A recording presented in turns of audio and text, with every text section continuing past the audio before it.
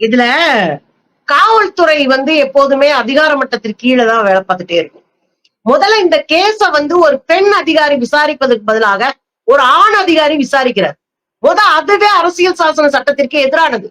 பெண்கள் மீதான வன்புணர்வு நடந்திருக்கு, ஒரு வல்லுறவு சுரண்டல் நடந்திருக்குன்னா ஒரு பெண் அதிகாரி தான் அதை விசாரிக்கணும். அதை கூட இவங்க செய்ய முடியல. அப்புறம் இந்த பாண்டியராஜன் யாரு? ஒரு ஒரு துருப்பிடிச்ச ஒண்ணுத்துக்கும் உதவாத ஒரு ஆபீசர். ஏன்னா நீங்க டாஸ்மார்க்குக்காக போராடின ஒரு பெண்ணை நடு ரோட்ல வச்சு அரைஞ்சு காதை கெடுத்தவர் தான் இந்த ஆளு.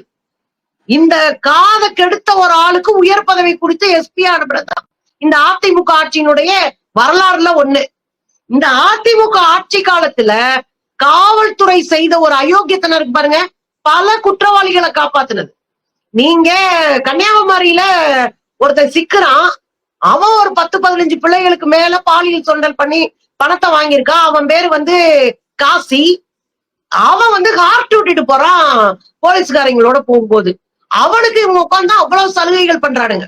சோ அந்த காலகட்டத்துல குற்றவாளிகளை பிடிக்க முடியாம தெரிஞ்சது ஒண்ணு, குற்றவாளிகளை பாதுகாக்க நினைச்சது ஒண்ணு.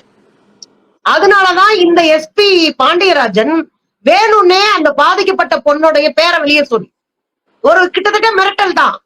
எவளாவது நீ கம்ப்ளைண்ட் கொடுத்து பாரு, உன் பேரை வெளியே போடுறேன், உன் பேரை வெளியே சொல்லி அசிங்கப்படுத்துறேன், உன்னை பொழைக்க விட மாட்டேன் அப்படின்னு மிரட்டல் தாங்க. அது மிரட்டல் தான், அது திட்டமிட்டு வெளிப்படையான மிரட்டல். அந்த மிரட்டலை செஞ்ச பிறகு நான் தெரியாம வாய் உளறிட்டேன்றாரு. ஒரு எஸ்பி பேசுற பேச்சா இது?